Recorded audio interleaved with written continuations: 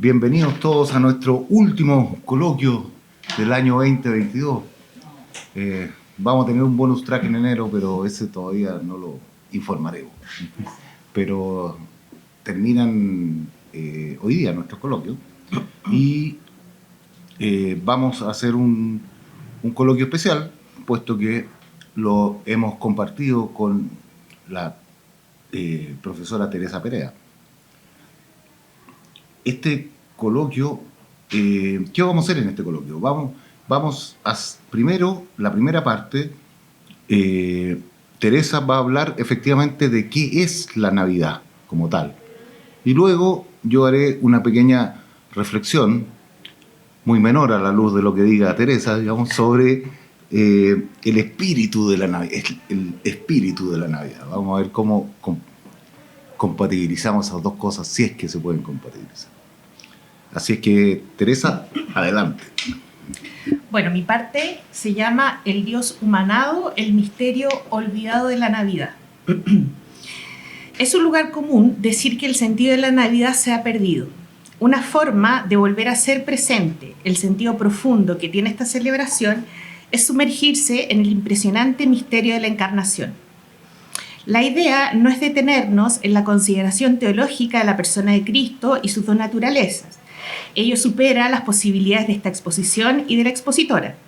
Lo que haremos brevemente es revisar algunos aspectos del misterio de la Encarnación, siguiendo el magisterio de San Agustín, León Magno y Santo Tomás de Aquino, para finalmente detenernos en la contemplación del nacimiento de Cristo en el pesebre, a partir de las consideraciones que hace en un sermón San Juan de Ávila, doctor de la Iglesia, conocido también como el doctor del amor de Dios.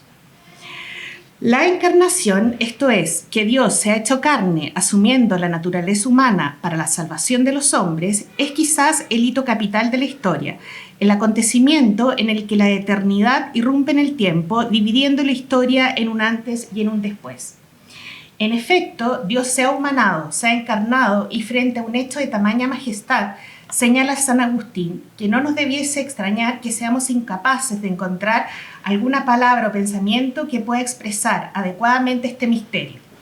Cito: «Nada tiene de extraño que el hombre, una más entre las criaturas, no exprese con palabras la palabra por la que todo fue creado». A pesar de la inefabilidad del misterio, atrevámonos a considerar algunos aspectos. El hombre, con la capacidad natural de la razón, es capaz, a partir del conocimiento de los efectos visibles del mundo, de ascender al conocimiento de la existencia de Dios como causa de todo lo existente. Esta noción es la que habitualmente identificamos como la noción filosófica de Dios. Ahora bien, como Dios se encarnó, podemos también, esta vez con la luz de la fe, ascender de lo visible a lo invisible, y somos capaces de reconocer que el mismo creador de la carne se ha hecho él mismo carne, ha venido palmariamente a encontrarnos. Quienes fueron contemporáneos a Jesucristo pudieron mirar al mismo Dios con sus ojos, pudieron escuchar su voz y palabra, jalar de su manto, estrechar su mano, reclinarse sobre su pecho, y en el caso de sus padres, una vez recién nacido, estrecharlo entre sus brazos. El Dios invisible se hace, de este modo, visible. San Agustín expresa esta impresionante convivencia de lo eterno y de lo temporal en la persona de Cristo. Jesús yace en el pesebre, pero lleva las riendas del gobierno del mundo. Toma el pecho y alimenta a los ángeles. Está envuelto en pañales y nos viste a nosotros de inmortalidad. Está mamando y lo adoran. No hay un lugar en la posada, y él fabrica templos suyos en los corazones de los creyentes. Para que se hiciera fuerte la debilidad, se hizo débil la fortaleza. Así encendemos nuestra caridad para que lleguemos a su eternidad.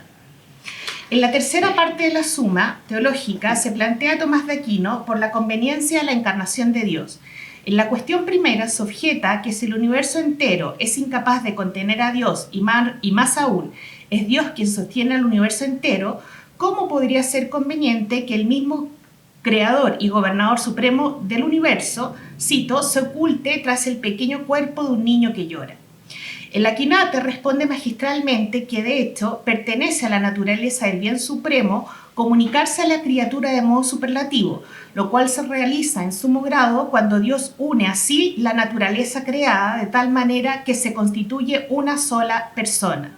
de donde resulta evidente la conveniencia de que Dios se encarnase. Este es un acontecimiento en el que Dios, hacedor del hombre, se hace hombre asumiendo toda la humanidad de Dios. Nada del humano le es ajeno, tampoco las limitaciones, fatigas e incluso hasta las consecuencias del pecado, que vive pacientemente por amor, sin haber el mismo pecado, para darnos vida eterna.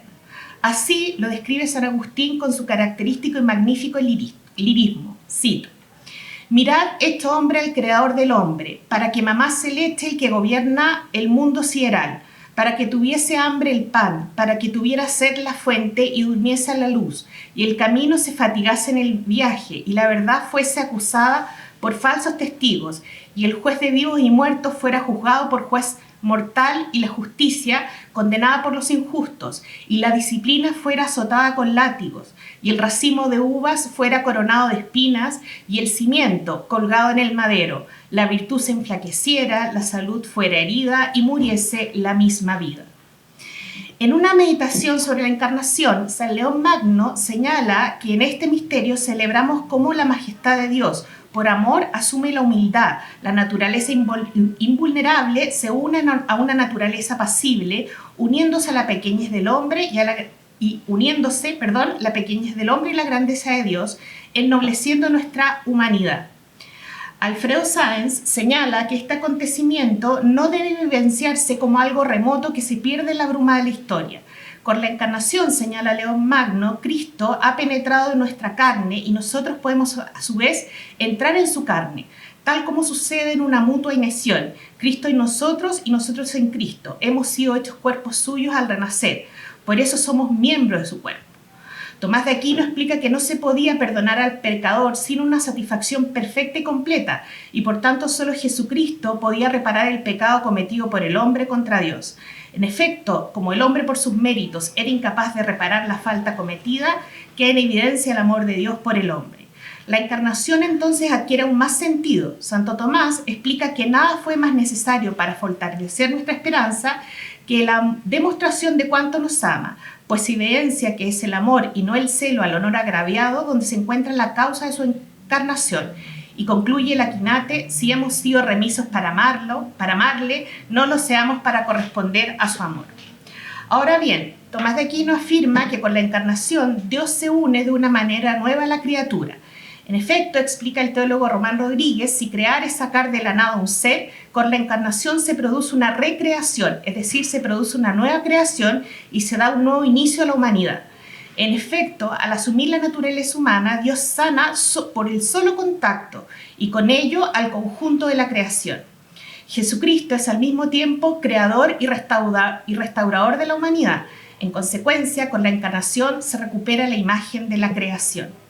León Magno señala al respecto: el que ha animado con el soplo de la vida racional al hombre, formado del polvo de la tierra, ha querido ser también el que restituya su dignidad perdida a nuestra naturaleza, precipitada desde la altura de la eternidad, y el que era su creador ha sido también su reformador. Cabe destacar que en esta doctrina de la recreación se contiene un aprecio de la corporalidad humana. San Juan Damasceno destaca que el creador de la materia se hizo materia por mí y se dignó a vivir en la materia y realizar mi salvación a través de la materia. Perdón. En este sentido, el misterio de la encarnación implica una resignificación, una revaloración de la creación material y del conjunto de la vida humana, aun a pesar de todas sus limitaciones. León Magno destaca que la magnitud de esta recreación supera a nuestros inicios en la creación. No solo es un retorno al estado original. Al caer todo el género humano, dice León, en la persona de nuestros primeros padres, quiso Dios en su misericordia socorrer por medio de su Hijo Jesucristo a la criatura. Quiso reparar su naturaleza sin salir de ella y al mismo tiempo elevarla a una dignidad mayor que la original. El hombre entonces, con la encarnación y redención, se eleva, alcanza un estado superior a la creación originaria. Al formar parte del cuerpo de Cristo, se diviniza. Si consideramos lo recién señalado, podemos darnos cuenta de que el mismo Dios se anonada, se abaja para elevar al hombre. Por ello expresa León Magno que la descensión de Dios al mundo de los hombres fue una elevación del hombre hasta el mundo de Dios. Es frecuente encontrar en los padres de la Iglesia la idea de que Dios trabajó, se anonadó para que el hombre se haga Dios.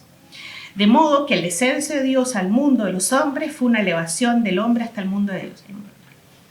Por eso el León Magno exclama: sorprende menos ver al hombre elevarse hasta lo divino que a Dios abajarse así. Ahora bien, como en toda auténtica celebración, la Navidad, señala León Magno, implica un estallido de alegría, de gratitud por el advenimiento de Dios humanado que transforma y regenera la humanidad. San León nos mueve a agradecer porque el hombre se encontraba en el destierro, lejos de su Creador, y ha encontrado el camino de vuelta. El anonadamiento y abajamiento de Dios, sin duda, manifiesta una especie de exceso de amor divino por el hombre que conquista el corazón. Pero además nuestra perplejidad puede aumentar contemplando de la mano de San Juan de Ávila el modo en que Dios eligió nacer, pobre y humilde en un pesebre. San Juan de Ávila, en un sermón llamado Señales para hablar de Dios, comenta las palabras que el ángel dirige a los pastores para que reconozcan a Jesús y vayan a adorarlo. San Juan extrae la profundidad de esta sentencia que nos conmueve, pues queda en evidencia la grandeza, delicadeza y finura que tiene el amor de Dios por los hombres. Las palabras que el ángel pronunció a los pastores como señal fueron que hallarían a un niño envuelto en pañales y acostado en un pesebre. Niño envuelto en pañales y acostado en un pesebre. Señales por lo menos curiosas para indicar cómo encontrar al Hijo de Dios, el hacedor y gobernador de todo lo existente. San Juan destaca, en primer lugar, que Dios haya nacido como un infante que no habla.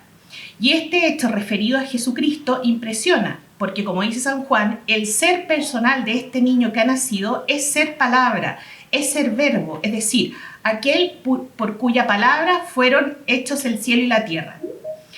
A esto, San Juan agrega que al nacer Dios como un infante, aparece la blandura y la misericordia de Dios. Se esperaba a Dios en toda su grandeza y nos encontramos a un Dios niño. San Juan describe la sorpresa de los pastores.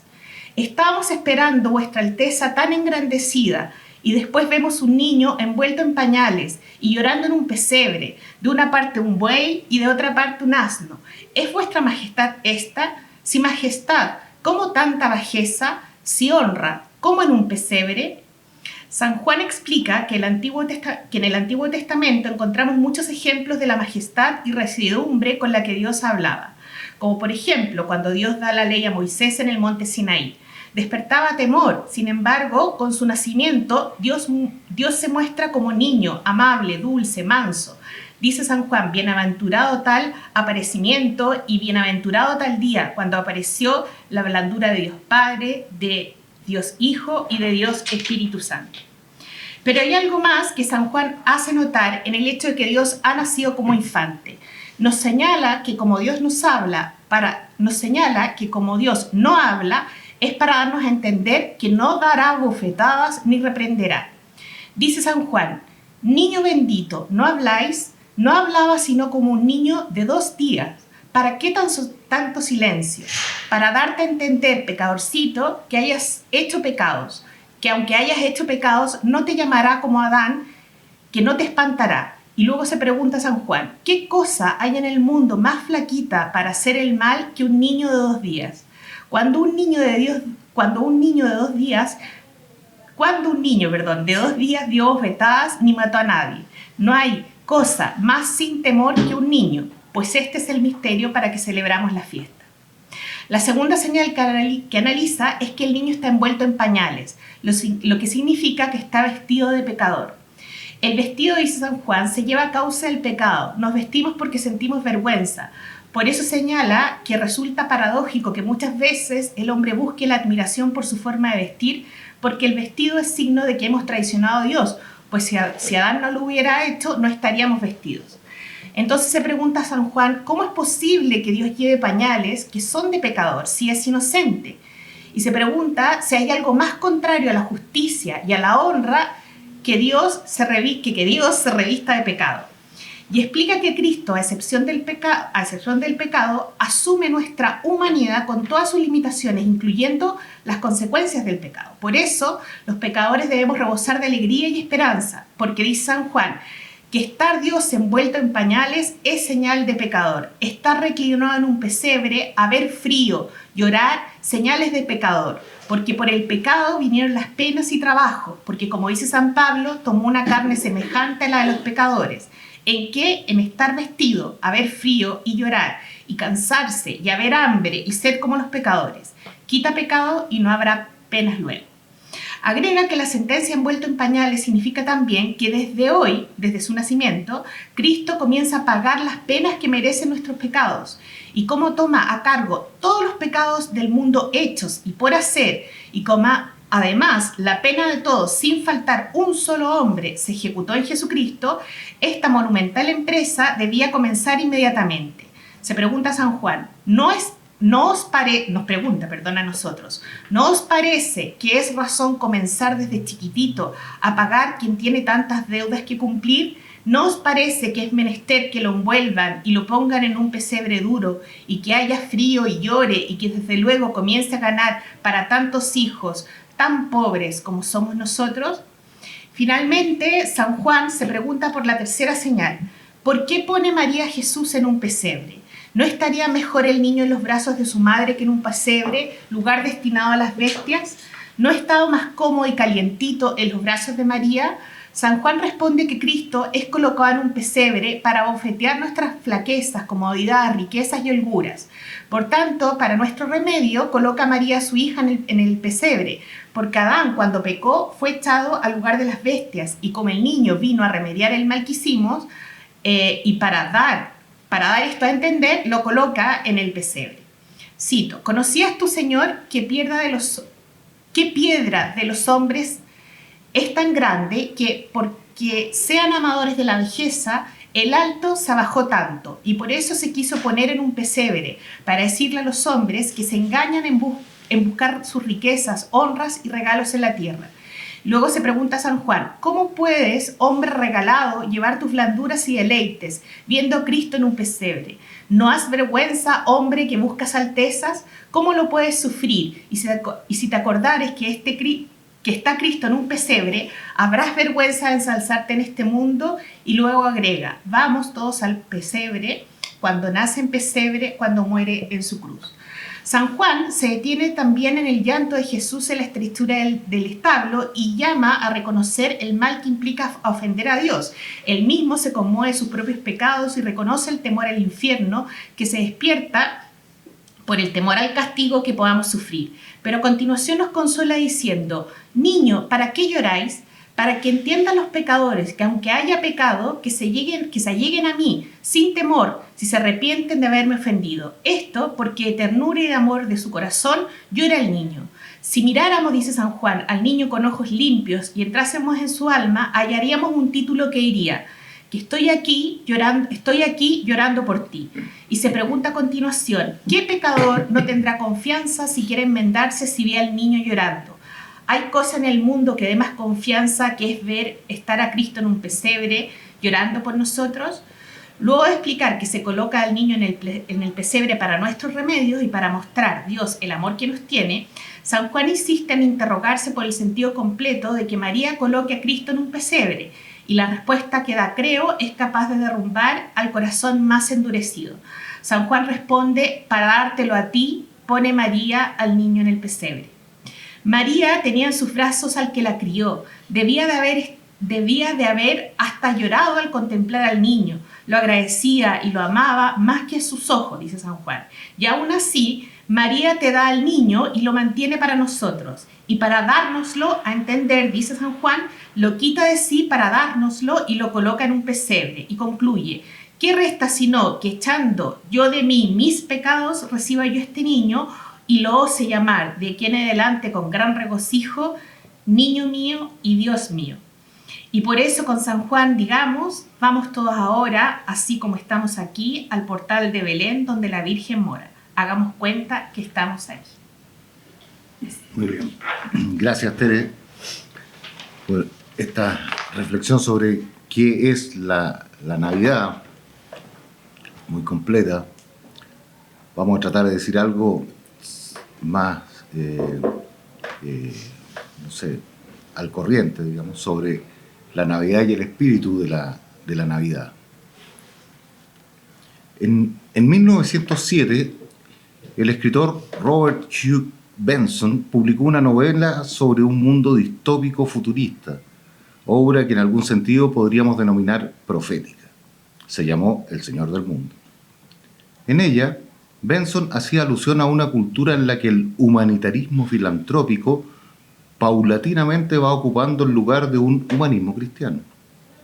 En esta novela se revela esa progresiva desacralización o secularización del mundo, para parafrasear a Max Weber, donde, por ejemplo, el Vaticano es literalmente bombardeado, algún spoiler de la novela, ¿cierto?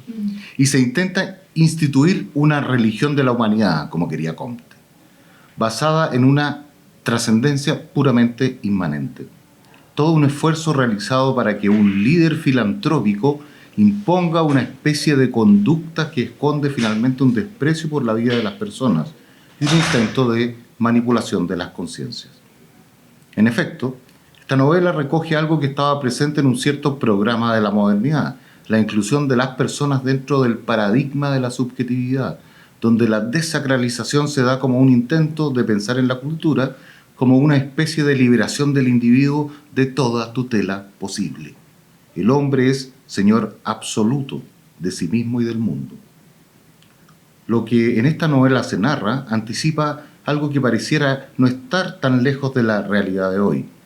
Aparte de intuir con una exactitud casi aterradora la presencia de aviones y bombarderos, recién en los albores del siglo XX, casi saliendo de la Belle Époque, también da cuenta de un cierto clima cultural que se desprende de lo antes dicho. Como una andanada, la secularización ahora, ya hablando de la novela, pero también de nuestra vida al corriente, va intentando subyugar conciencias y someterlas a una especie de cultura donde hablar de Dios pareciera ser de mal tono. Cualquier alusión a lo divino es visto por los humanitaristas como una forma de negar las posibilidades propias de una supuesta condición humana, esto es, no tener límites. Los portadores de esta cultura, encerrada en el paradigma de la subjetividad, van cambiando paulatinamente los gestos y símbolos, secularizando incluso, por ejemplo, las fiestas religiosas. Lo que estas fiestas dicen corresponde ya no a una presencia sobrenatural en el mundo, sino a, como diría Nietzsche, una presencia humana, demasiado humana. En este contexto, el Día de Todos los Santos y el Día de los Muertos intentan ser reemplazados por Halloween. Algo similar ocurre con la Navidad, que parece haber sido reemplazada por una especie de espíritu de la Navidad. En este pesa una cierta mirada que quiere desterrar lo sobrenatural. Ya no importa la Navidad, ese evento en el que Dios hecho hombre nace pobre, en un pesebre, y se deja posteriormente matar para redimir a la humanidad.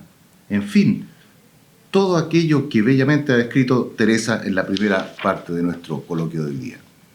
No, culturalmente este espíritu de la Navidad parece ser la prolongación de una especie de non serviam.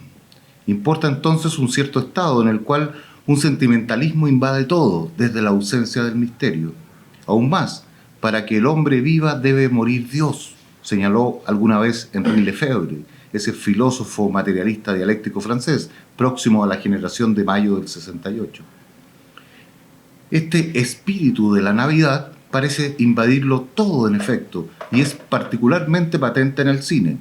En épocas navideñas aparece como en una inversión del Adviento una serie de películas donde la Navidad parece ser solo el momento de aparecer emotivamente como preocupados de los otros.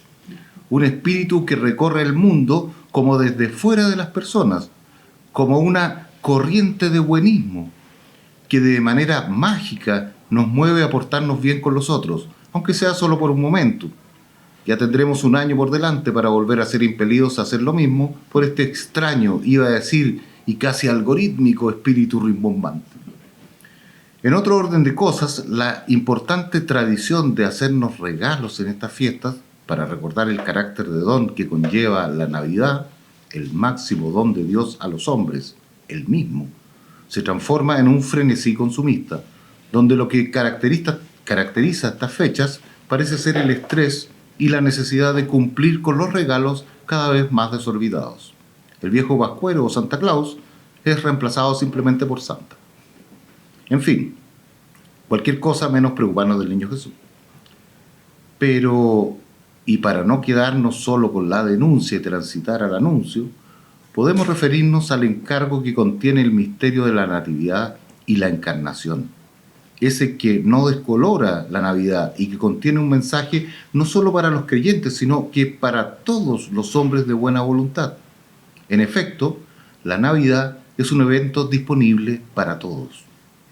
Para los cristianos, al saber que con la Navidad se empieza a hacer patente que las puertas del cielo se han abierto definitivamente para nosotros por un Dios creador hecho hombre, que se deja matar por sus criaturas para resucitar y mostrarnos la infinita bondad del amor absoluto, será su derrota en la cruz, que sin embargo en su silencio nos despierta la esperanza de mirar algún día al máximo amor cara a cara, la máxima victoria. En efecto, este mensaje que nos entrega la Navidad aparece, como podría ser de otra manera, como escándalo y locura para algunos, pero a la vez, mirado con una voluntad que vive en la apertura, es un extraordinario mensaje que nos habla sobre la dignidad de las personas humanas creadas a imagen y semejanza de Dios. Es el recuerdo de que cada persona posee una dignidad inalienable, de que cada persona debe ser amada por sí misma y no por otro motivo, y que está hecho para vivir en comunidad. Y algo más, la tradición del pesebre nos invita a recordar que el bien no hace ruido, que es, comillas, tan humilde como un Dios que se apresta a ser recibido por brazos humanos, como nos recuerda el Papa Francisco. Un momento de recogimiento para meditar sobre la máxima ternura. Este mensaje está disponible para creyentes y no creyentes. Los no creyentes lo mirarán tal vez como algo digno en que meditar. Los creyentes sabrán que, además, es verdad. Para terminar, cuando cerraba lo escrito en medio de la noche hace unos días atrás, cosa curiosa, llegó desde una casa vecina tenuemente la música de una canción. Es verdad, me pasó. Era sobre la Virgen de Aparecida. Justo aquella parte que dice: ilumina este camino oscuro mi profunda vida. Me llegó justo ahí, estaba terminando de redactar y llegó la música por la ventana. La Navidad también ilumina este claroscuro en el que vivimos incluso los creyentes. Nosotros, que no somos más que una parvada de pecadores estándar que intentamos hacer lo mejor que podemos. Papini nos lo recordó en Soliloquios de Belén, cuyo final quiero compartir con ustedes. La voz del asno, el más bruto de todos los que acompañaron a Jesús en el pesebre. Y aquí leo entonces, y con esto termino, el asno de Soliloquios de Belén de Papini. Es cortito. Dios ha querido que antes de morir viera cosas maravillosas, dice el asno. Todas las noches aquí dentro en las tinieblas, cansado y triste, pensando en mi vida desgraciada, sin otra compañía que un buey que rumia o un ratón que roe. Ahora, en cambio, me parece estar en el corazón del mundo, un esplendor que palpita, un cántico que baja de los cielos, una mujer más bella que las otras mujeres, un niño que roba el sosiego a quien le ve. Yo no soy un sentimental, como mi blanco compañero, el buey, y tampoco un supersticioso como mi dueño. Y sin embargo, tendría ganas de arrodillarme como hacen estos cabreros que han acudido aquí corriendo, como si los hubiera convocado un dios. También yo he rodado lo mío. Una vez he estado en Damasco y 6 veces en Jerusalén, pero no recuerdo un prodigio como este. Nunca me he sentido tan feliz como esta noche. Esa joven que inclina su rostro bellísimo y pálido sobre el fruto de su sangre casi me hace llorar por no sé qué nueva ternura. Y ese hombre anciano que contempla a la mujer y al niño como si estuviera arrebatado a la felicidad por un sueño. Y esos pastores que tienen la cara más enrojecida por la alegría que por el reflejo de las llamas.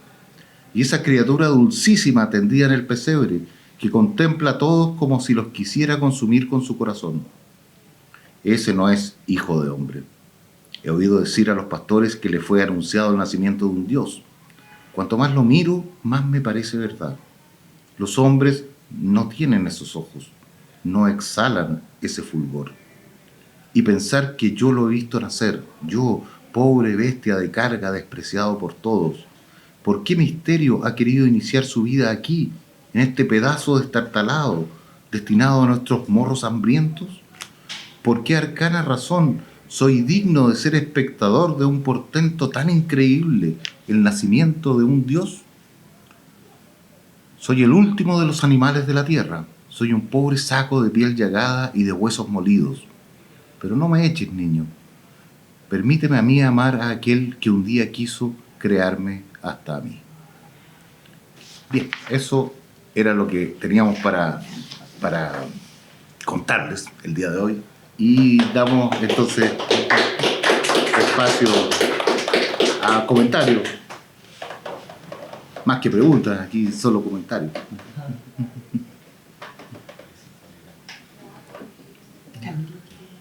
Camilo, por favor. Mi pregunta, escuchando su charla, me recuerda un libro que leí de Zizek hace un tiempo, donde él hablaba más o menos qué es cultura, y él da un ejemplo muy interesante. Dice, cultura, por ejemplo, es la Navidad. Pero como Zizek es de izquierda radical, dice, la Navidad para nosotros es una fiesta vacía total de sentido. Es decir, cultura es mantener de cierto modo ciertas tradiciones a las cuales nosotros ya no tenemos ningún aprecio excepto por la formalidad. Entonces, si se pone al lado de la Navidad, podría poner fácilmente el Día de Acción de Gracia, es decir, algo que tiene un carácter más político, histórico. Dijo, y así muchos eventos. Dijo, en el fondo eso es lo que vamos a llamar cultura. Sí, se calcé de izquierda, dice, no promueve que efectivamente se laíce la sociedad, pero dice, en el fondo la batalla cultural se gana cuando se vacían de significado todos los eventos que tenemos en el calendario y los vivimos de manera mecánica dentro de todo. No sé qué opinan ustedes respecto de la visión de Zizek y si hace sentido justamente con esta distinción entre Navidad y espíritu de Navidad, porque parece que en ese ámbito hay una, ¿cómo se dice? Hay una, no sé, quiero decir como hay una batalla perdida, pero sí sé que es muy claro y no se gana anulando esto, sino invisibilizando los verdaderos significados.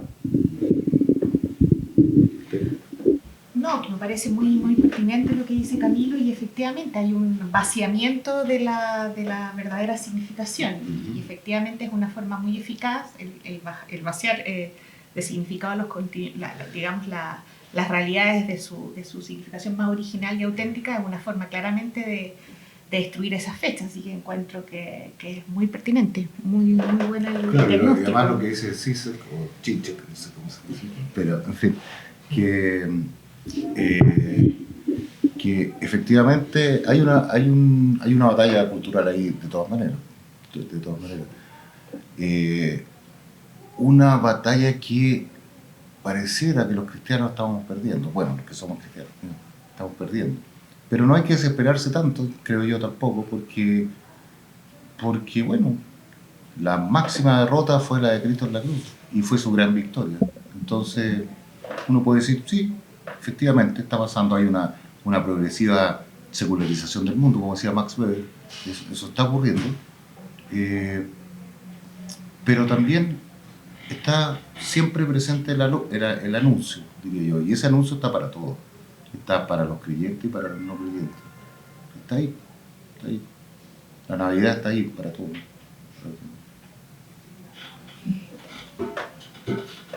¿Algún otro comentario o pregunta? Por favor. O sea, solamente a la luz de lo que dijo también Camilo, la pregunta que me surge, que es muy sencilla, ¿no? Sería si la paganización se manifiesta, entre otras cosas, en el vaciamiento de las tradiciones religiosas, como por ejemplo el significado de la Navidad, o a la inversa, el vaciamiento de las tradiciones, por ejemplo, religiosas, anticipa la futura o presente paganización. Una alimenta a la otra, ¿no? Sí, yo creo que de todas maneras. Y es como que todo se da dentro de un contexto que Robert Benson, por ejemplo, grafica muy bien en El Señor del Mundo, porque ahí efectivamente hay una y curiosamente hay un vaciamiento de las tradiciones, pero por una supuesta humanitarismo filantrópico. O sea como que, claro, el buenismo en el fondo es una forma de pensar, no, si esto es lo que tenemos que hacer. Tenemos que cortar todo lazo con la divinidad. Como decía Lefebvre, ¿cierto? Tenemos que cortar el lazo con Dios. Tenemos que hacer que Dios muera para que nosotros vivamos. Y si no, no vamos a poder vivir. Y que hace a la sociedad cada vez más inhumana. Absolutamente, claro. Es bien interesante lo que dice, o sea, leer esa novela de Benson, extraordinaria. Bueno, Benson en su momento también fue acusado de que era una novela demasiado oscura, digamos, y demasiado pesimista. Y en algún sentido es verdad, digamos. Se quedó corto. Pero se quedó un poco corto, sí, efectivamente. Bien, Roberto Marconi, adelante. Hola, gracias Tere, gracias Emilio por tan preciosas reflexiones y tan a propósito de la época. Una pregunta. Podríamos decir que hay una diferencia entre Navidad y natalicio. Se celebran a veces natalicios de personajes célebres de la historia, y tal como se celebran distintas efemérides de hechos ocurridos hace mucho tiempo, acontecimientos memorables de la historia, y alguien entonces desde fuera de la fe podría interpretar la Navidad como eso, como un recuerdo, como una conmemoración. Pero no es eso, sino que de alguna manera se celebra en presente, como acontecimiento presente. Entonces eso quería preguntar, ¿por qué siempre la Navidad se ha celebrado como hoy día nace y no solamente como hace 2000 y tantos años nació, sino que eso, ¿por qué se celebra en presente? Eso. Bueno, yo diría, entre otras cosas, aunque quizás me estoy yendo por otro lado, pero diría, entre otras cosas, que Cristo es el Señor de la historia, planea sobre la historia. Entonces, Cristo está presente en todos los momentos de la historia. Y si eso es así, está presente hoy día.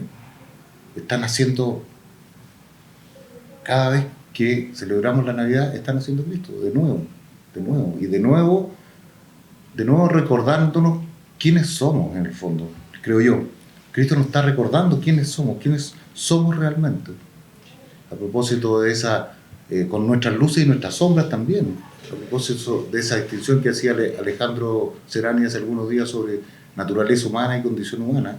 Sí, tenemos una naturaleza humana, pero también tenemos una condición humana. Y tenemos ahí en ese claroscuro de nuestra vida que nos movemos, ahí nos movemos, digamos. Pero estamos seguros que Cristo venció, estamos seguros de eso, los cristianos, digamos. Y además se tiene que ir, en el fondo, mostrando a todas las generaciones que van naciendo en el tiempo, en el fondo, esta encarnación. Sí, también hay una pedagogía en la que todos los hombres que van progresivamente naciendo y llegando a la historia tienen que... Kierkegaard decía en un cierto sentido, es verdad, en otro no tanto, pero decía que cada generación tenía que empezar de nuevo, porque cada generación tenía que encontrarse esa generación con su realidad última, y cada persona dentro de esa generación tiene que encontrarse con su realidad última. O sea, está bien, esto le pasó a los que vivían hace 200 años atrás, le pasó a los que vivían hace 100 años atrás, pero nos está pasando ahora a nosotros. Es un tema del ahora, es como la conciencia de que el tiempo, el origen óntico del tiempo está en el presente, no está en el pasado, no está en el futuro tampoco, está en el presente, está aquí con nosotros. Y cada momento de ese ahora del presente es donde se juega al final del día nuestro destino. Así es. Se juega en lo occidental. Curiosamente el destino del hombre se juega en lo occidental, se juega en aquello que podría ser de otra manera. Y podría ser de otra manera. Nuestra vida podría ser de otra manera.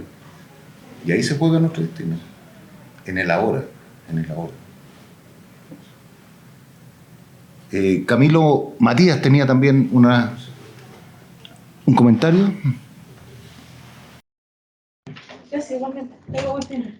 Igual, justo vino un estudiante, pero escuché todo.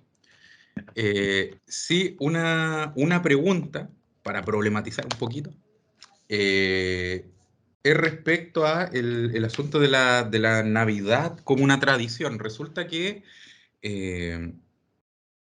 el otro día estaba leyendo de las cosas raras que lee uno, dirían algunos miembros del instituto. Hay unos filósofos japoneses que analizan, analizan las tradiciones, ya en un país que está muy como imbuido en tradiciones, la analizan, uno Miki Kiyoshi y el otro se me olvidó el nombre, pero hacen una distinción entre lo que denominan tradición viva y tradición vestigio.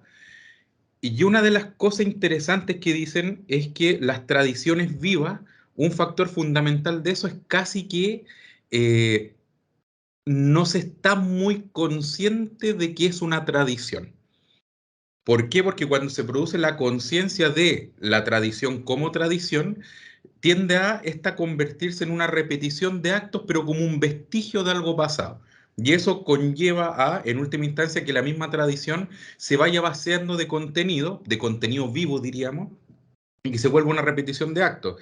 Y ahí, por dar un ejemplo, uno podría entender eso no sé, pienso al ejemplo de lo que hoy día uno podría decir bailar cueca. O sea, uno, si se arma una fiesta en ciertos lugares, algunos ponen una cueca, pero es una tradición y una tradición vestigio, entre comillas, podríamos decir, porque no es algo que se vive diariamente, pero que cada cierto tiempo se celebra en conmemoración o rememoración de algo, manteniendo cierta identidad, etc. Y en esa línea, la pregunta, por fin, antes de armar un coloquio personal, eh, sería... eh, ¿dónde o de qué modo podríamos nosotros a un no creyente o a alguien que no tiene la fe decirle que está vaciando de contenido la Navidad, siendo que si tenemos que hablar de un contenido vivo de la Navidad, sí o sí tenemos que hacerlo de una perspectiva creyente? Porque de una perspectiva que sea no creyente, la Navidad es como una tradición más y que como cualquier tradición se va vaciando de contenido original, se va volviendo vestigio, como algo donde compartimos, hacemos ciertas cosas. Entonces, ¿de qué manera puede decirse que no sé, se pierde el sentido y decírselo y tal vez plantearlo como una especie de crítica a la sociedad actual, cuando en realidad esa crítica solamente la podemos hacer desde un punto de vista cristiano? O sea, como si es que no tenemos fe, supongamos, no se podría realizar esa crítica, o tal vez estoy muy equivocado, no sé. ¿Qué opinan? Eh, Depende un poco del momento histórico también, que hubo un momento en que era al revés, es decir, que toda la sociedad era cristiana y eran poquitos quizás o menos los que creían, entonces estaba invertido el papel, no sé, se me ocurre, entonces ahora tenemos esta como inversión en el claro, sentido, sí. claro, Bueno, pero eso es una cosa. Otra cosa es, diría yo, no sé, y aquí simplemente estoy como balbuceando sobre el tema, pero lo que hay en la Navidad es tan impresionante que, que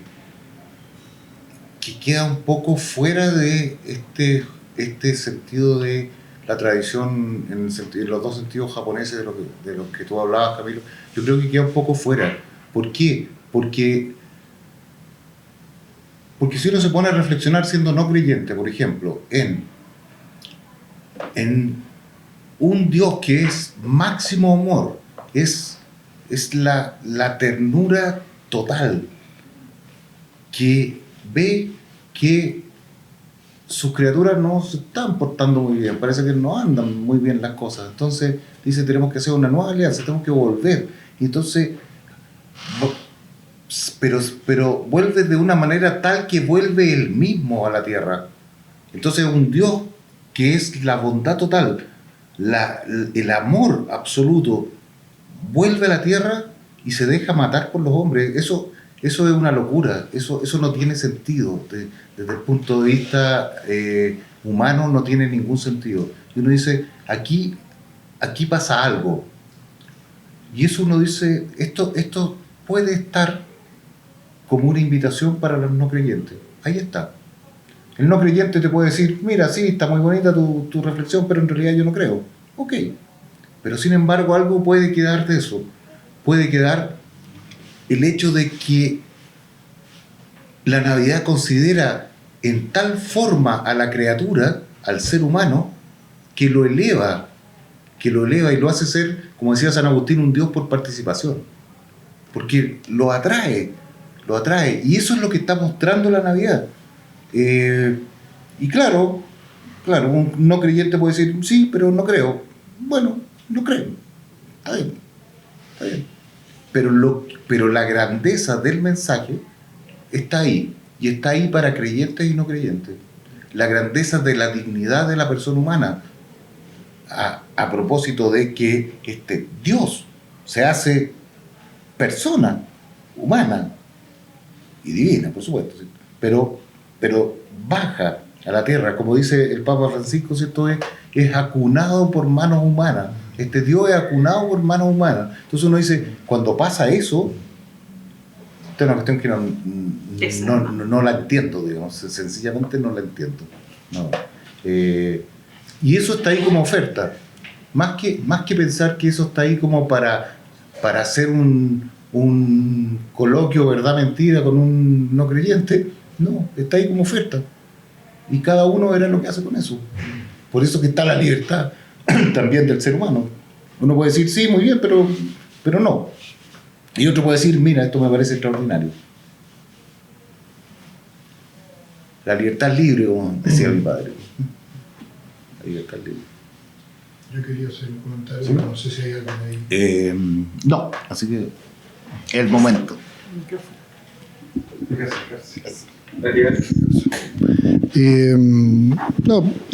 Con ocasión de la reflexión sobre la Navidad, quizás se extiende un poco a la reflexión sobre las fiestas en general, ¿no?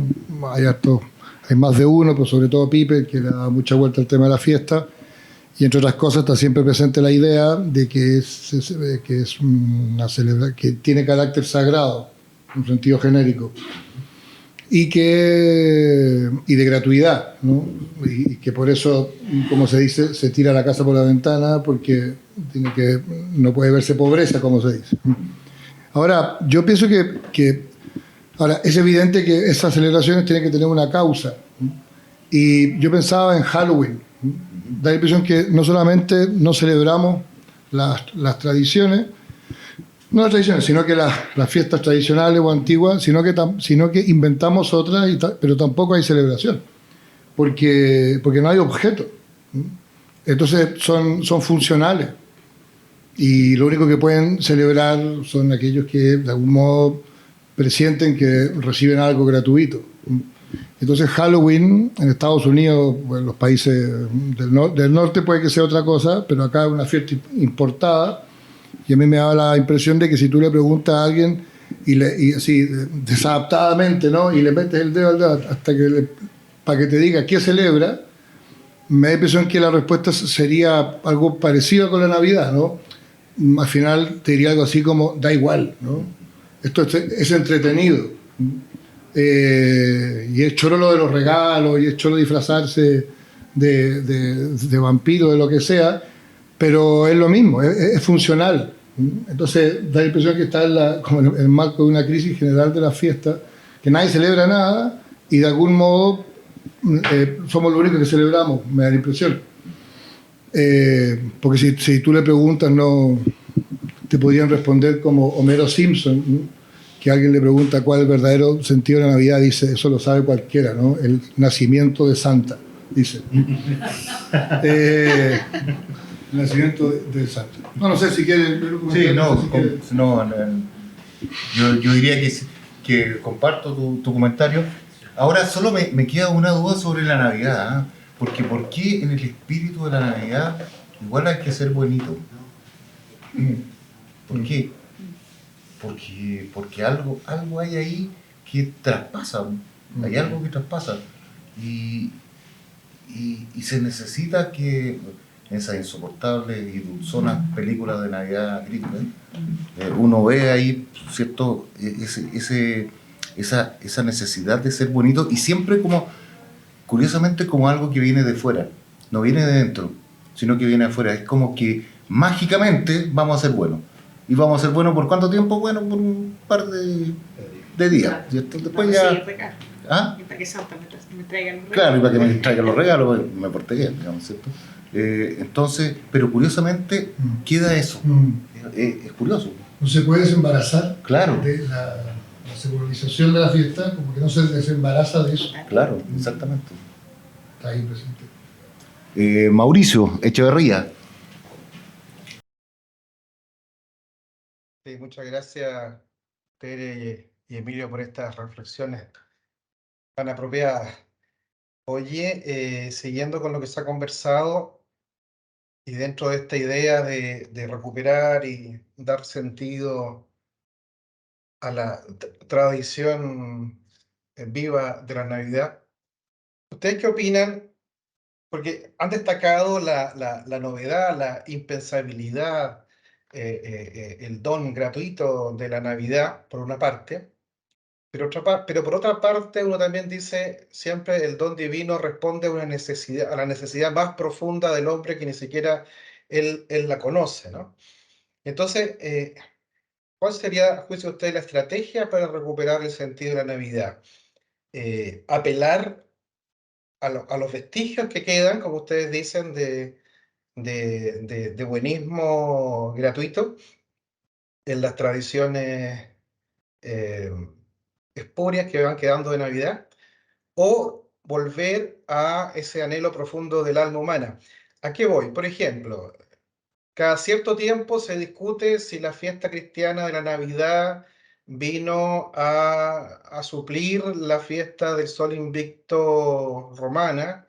Después se descubre que dicen que no, que fue al revés. Después dicen que sí, que bueno. No me importa el tema histórico, pero sí me importa la conexión. O sea, ¿hay una conexión profunda o no entre el anhelo que hay hasta en Virgilio de que venga un niño a restaurar o sublimar el orden y salvarnos? Ese debe ser nuestro punto de partida, lo que queda todavía a nivel humano, o debemos destacar la absoluta originalidad de la auténtica Navidad para desembarazarla de de estos vestigios que ya están corrompidos y que no permiten captar su verdadera dimensión. No sé si me entienden la pregunta, si me supe explicar. Sí, difícil pregunta que la Tere dice que la va a contestar extraordinariamente. Sí, se me ocurre, qué sé yo, no sé, volver a... Bueno, primero, al hombre de hoy quizás no le hace mucho sentido la misma encarnación de Cristo, porque tampoco tiene noción de que está necesitado una salvación. Entonces tampoco está esperando una salvación, sino que también la esperanza se ha trasladado a las fuerzas humanas, se ha trasladado a proyectos en el fondo ideológico. Entonces, claro, que un niñito además venga y nos salve, que Dios se encarne en un pesebre, resulta, claro, y no, quizás no le hace sentido ya al hombre de hoy. Entonces, quizá destacando la impotencia del hombre para efectivamente ser rescatado de sus mismas limitaciones, de la misma muerte, es quizá una vía posible de acceso, que él reconozca que es completamente impotente. Sin embargo, somos bastante porfiados, parece, para reconocer esa limitación. O sea, es lo que se me ocurre mientras tanto. Bueno, también esta otra vía más directa. Sí, en realidad yo diría que algo que me pasa a mí, digamos, que al final del día creo que el espíritu sopla donde quiere. Entonces, si las cosas se van a arreglar, se arreglarán. Y si no, no se arreglarán, digamos. Pero como realmente creo que se van a arreglar, creo que ese es un tema de Dios, no es mío, digamos. Así que no te puedo responder la pregunta. Esperábamos algo. profeta Emilio que iluminara, pero... Muy bien, la última entonces Si como alguien comentario, quiere sí, iluminar es ya para ir cerrando, el ángel Gabriel nos iluminará seguramente. Adelante, Ángel. No, gracias. Una cosa simplemente que de repente se nos olvida con estas cosas de las fechas, ¿no? Es que la Navidad no va sola, no es solo la Navidad. La Navidad tiene un sentido con la pasión y muerte de Jesús también. Claro. Entonces, en definitiva, si uno toma las cosas muy al aislado, la Navidad es esto, y es un niño y todo lo que decimos, ¿no es cierto? Y luego lo otro es la muerte y la resurrección, queda trunco. Queda trunco porque en definitiva se ve el principio, se ve el final, pero no se ve la continuidad, ¿no? Exactamente. Que es lo que aparece en el calendario litúrgico, por ejemplo. Porque en definitiva, uno tendría que pensar que es la actualidad y la recreación cotidiana de las cosas que se van viviendo en la comunidad de personas que creemos en lo que creemos, ¿no es cierto? Porque de lo contrario, queda como, se menciona aquí, como un hecho histórico, y los hechos históricos están para ser tergiversados, interpretados, mal entendidos, simplificados, caricaturizados, y un montón de hados que, que uno podría pensar en que son inacabables, en definitiva. Y entonces, eso es simplemente lo que yo quería aportar, porque claro, el tomar un hecho aislado es justamente lleva a una confusión que es la confusión tan tremenda, ¿no es cierto?, que los mismos cristianos caemos en eso, en que llamar la Navidad Pascua, por ejemplo, ¿no? En donde se pierde el sentido justamente de lo que significa el paso de la muerte a la vida, de la resurrección, y todo lo demás que significa para el hombre. Entonces, ¿cómo se llama? Eso es lo que quería recordar, simplemente, que uno no puede venir y contar la historia desde el principio y de ahí tirarla sin entender, sin ver el final, ¿no es cierto? A pesar de que esto es una historia de salvación y que tiene las características que tiene. Pero eso nada más. Sí, Ángel, gracias por esa reflexión. Yo estoy de acuerdo contigo. Hay un continuum, efectivamente, y hay un continuum de la historia y un continuum de la historia personal también, de la petite histoire. Hay un continuum ahí, sí. Sí, de hecho los padres de la iglesia hacen la reflexión de la Navidad desde una perspectiva escatológica también. Claro. Es que para un romano, para un griego, contar las cosas a retazo le encuentra menos sentido todavía. ¿Te das cuenta? Si nosotros tenemos que pensar que el mundo se cristianizó.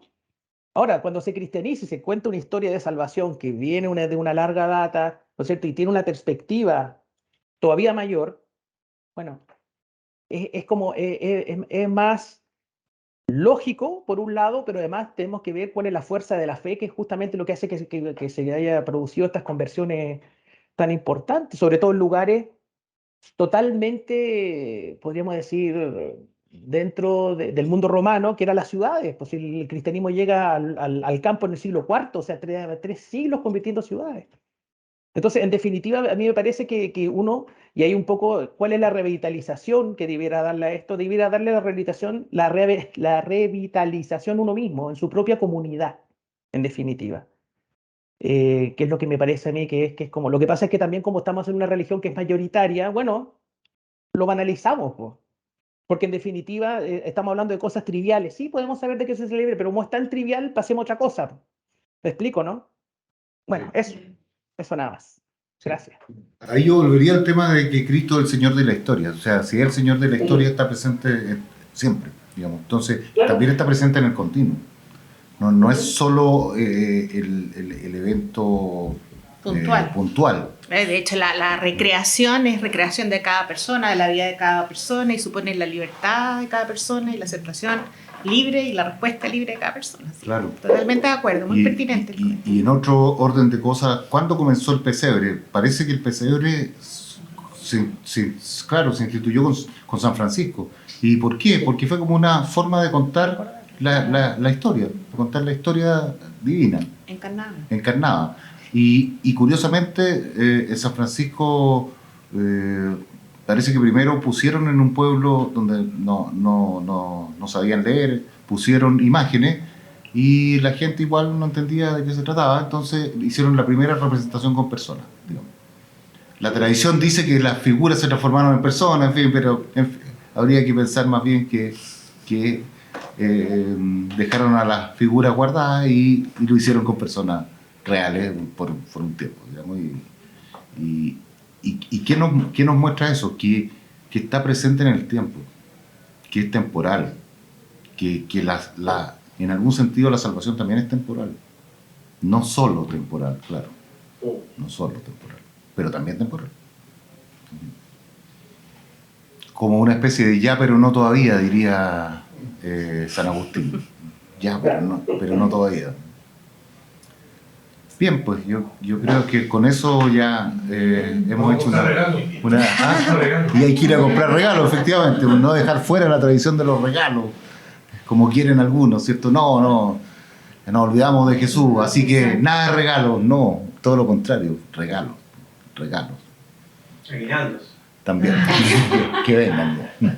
Muy bien, pues muchas gracias a todos por esta reflexión de Navidad, pues, que estén muy bien y nos veremos eventualmente la primera semana de enero con un bonus track de coloquio. Si es que están. Muy bien. Chao. Que estén bien. Chao, muchas gracias.